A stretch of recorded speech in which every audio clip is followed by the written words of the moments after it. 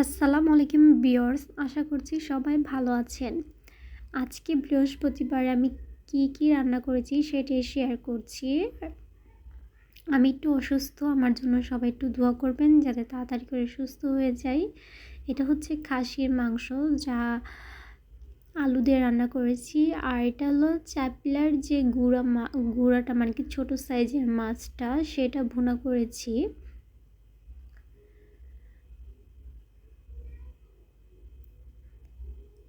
আর এখানে হচ্ছে কমলি শাক। আমাদের বাসায় কমলি শাক আর ঢেঁকি শাক ইদানিং বেশি খাওয়া হচ্ছে। আর এখানে লাউ রান্না করেছি, কালারটা মাশাআল্লাহ খুবই সুন্দর এসেছে ডিম দিয়ে। কোনো একদিন আপনাদের সাথে শেয়ার করব লাউটা কিভাবে রান্না করেছি, সেটার পুরো ডিটেলস রেসিপি। আর এখানে ছিল সাদা ভাত।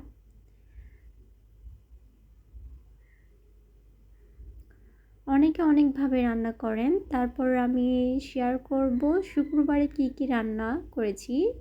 এটা হচ্ছে শুক্রবারের রান্না, সেটা হচ্ছে এখানে কক মুরগি একটা ভুনা করেছি মাখা মাখা করে। আর এখানে ব্রয়লার রান্না করেছি আলু দিয়ে ঝাল ঝাল করে।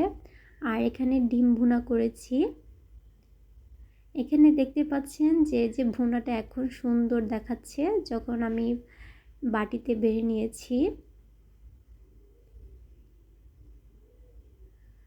আর এখানে ব্রয়লার মুরগির এই যে তরকারিটা। আমার মেয়ের জন্য আলু দিতে হয় যে কোনো একটা খাবারে, ও এত শুকনা খেতে পারে না, এটা হচ্ছে সমস্যা। আর আমাদের গাছের লেবু খেয়েছি, সেটাও দেখাবো, অনেক মজা। এটি হচ্ছে আমাদের গাছের লেবু ছাদে, তো এই লেবুটাই পারবো আজকে পোলাওতে খাওয়ার জন্য।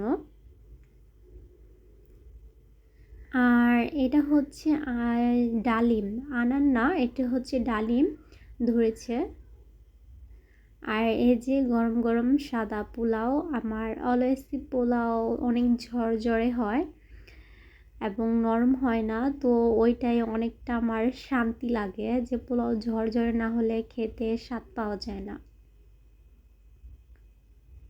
এই যে কাছ থেকে দেখাচ্ছি যে গরম তো একসাথে লেগে রয়েছে, তো বোঝা যাচ্ছে না, বাড়ার সময় বোঝা যায় একদম একটা একটা।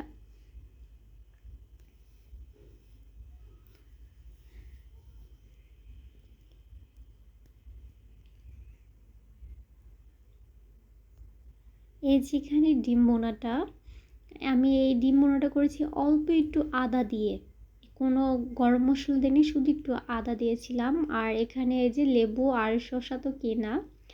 তো কেমন লেগেছে আমাদের গাছটা জানাবেন, এবং খাবারগুলো কেমন হয়েছে না খেয়েও কীভাবে বলবেন, খাওয়াতে তো আর পারবো না।